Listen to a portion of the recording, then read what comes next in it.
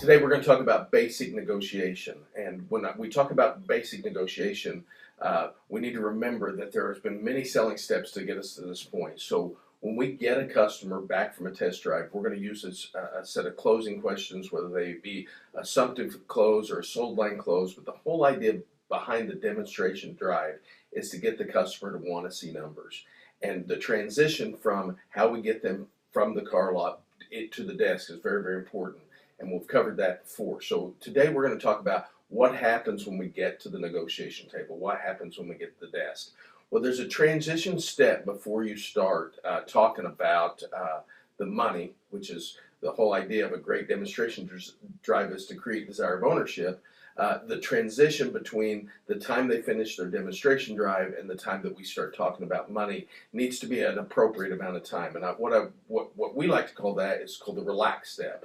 And the relax step takes around 60 or 90 seconds to get the customer acclimated with the environment that they're in now. We've just finished the greatest show on earth. We've went out there, we've done a great feature advantage benefit presentation of the vehicle. We've used tie downs or assumptive closing questions to get the customer to agree that that's the vehicle they want. We used an assumptive close or a sold line close or a decision sold line close to get the customer into the dealership, and now we're all sitting at the negotiation desk. A sale is based on 80% emotion and 20% logic.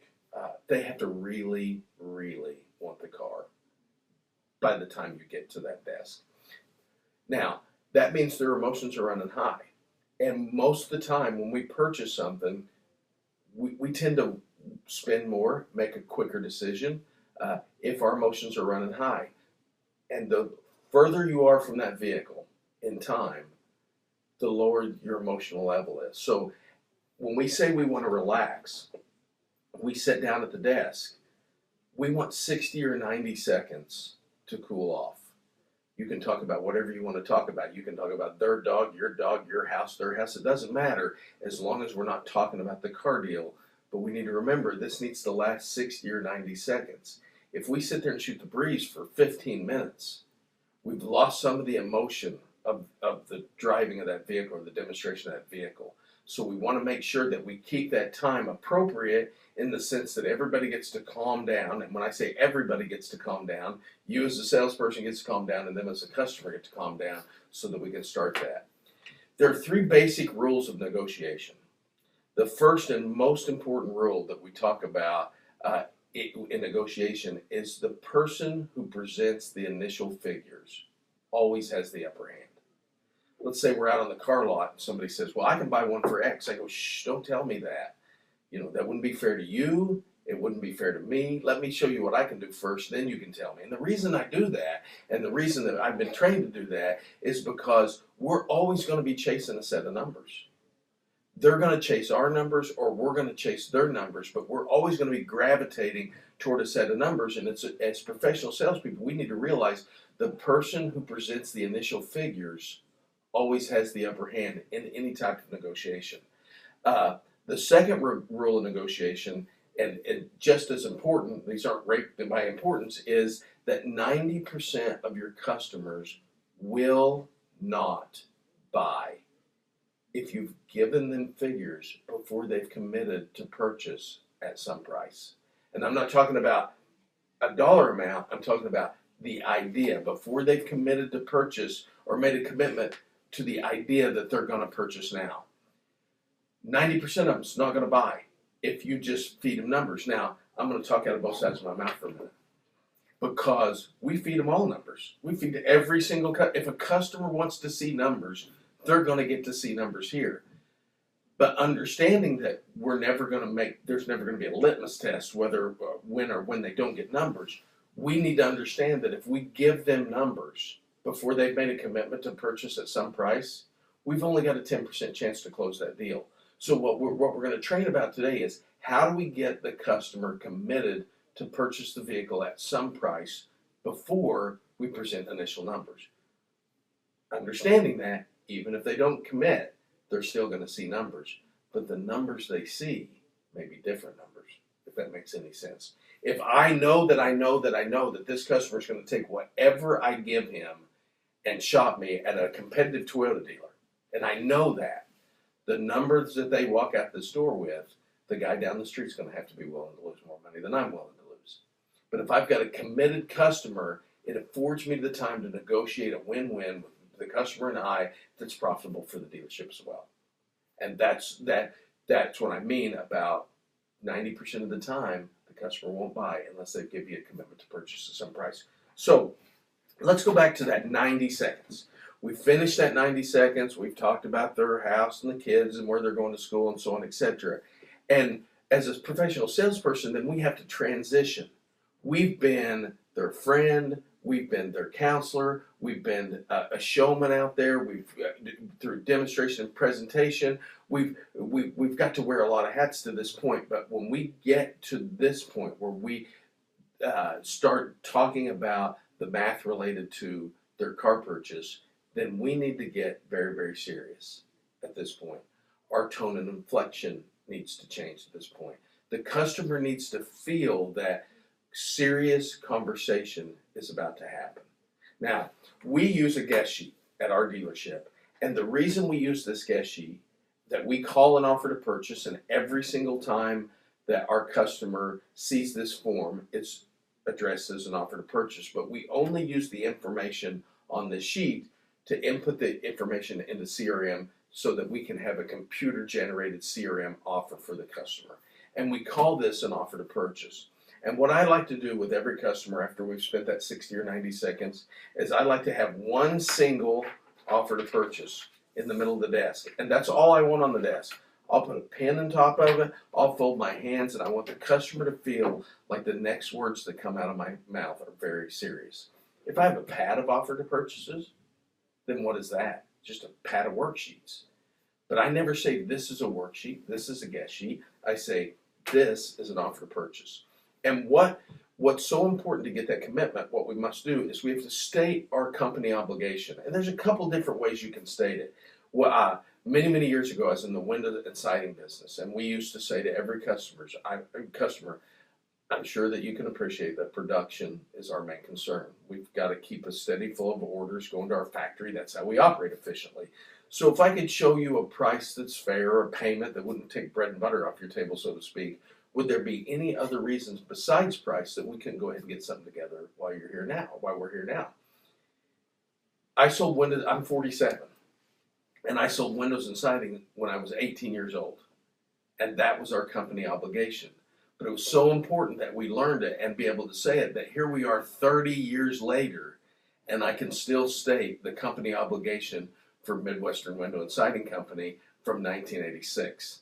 So when you can't fumble through the presentation of the offer to purchase. It has to be ingrained in your subconscious. I want to transition the customer, so I've spent my 60 or 90 seconds, the customer sat here, I'm going to set my ink pen down, I'm going to fold my hands, and I'm going to look at you and say, Walter, this is an offer to purchase. Here at Frank Fletcher Toyota, we feel like most misunderstandings are just simply due to a lack of understanding. So what I'm going to do is I'm going to put every single thing in black and white. That's going to show you exactly what your obligations are with the purchase of the vehicle. It'll show you what our obligations are with the sale of the vehicle, and it just avoids any chance of mistake or misunderstandings. Now, do you have any questions or concerns about that, Camry, at this point? And you will say no. And I'll say, great, and this is the most important part of this. When we get the details worked out this morning, tell me exactly how you want to title your car. And he's going to say, Johnny Smith. And I'm going to say, is that John, Johnny, or Jonathan as your formal name? Well, why would that matter? Because I just asked him how he would like to title his car. If he says Johnny, if he says Tim, Timmy, I'm going to say, is that Tim or Timothy? And he said, oh, well, legally it's Timothy. So I'm going to go, okay, so your legal name on all your titling documents is Timothy. What's your middle initial, Timothy? As your customer is providing you this information, they start to get a sense of how serious it is, because at the end of the company obligation, what I said to the customer is, I said, when we get the details worked out to your satisfaction this morning, tell me exactly how you're going to title your new car. When I first got in the car business back in 1986, you would shake a customer's hand and say, welcome to Roper Pontiac. If we can find a vehicle that best suits your wants and needs and a payment that won't take bread and butter off your table, Is there any other reason we couldn't put you in a new car today? That's how we greeted customers. Well, guess what? That didn't work then and doesn't work now. So when we use assumptive closing and we state a company obligation, and at the end of my company obligation, I say, so, do you have any questions or concerns at this point? The customer says no. Great. When we get the details worked out to your satisfaction this morning, tell me exactly how you'd like to title that new car. If there's an objection about buying a car now, first of all, if there is one, we want it right now before we present initial figures. Why is that? Because 90% of the customers will not buy if we gave them figures before they made a commitment to purchase at some price. So if there's going to be an objection, well, we want to think it over. This is the first place you shopped. We don't make a snap decision. Whatever the objection is, we want it right now. But I want to get exactly how the Timothy L. Smith. Great. And what's your mailing address? Well, P.O. Box 14. Great. And do you have a physical address? I want to gather all that information. Not necessarily that I need it, but I do.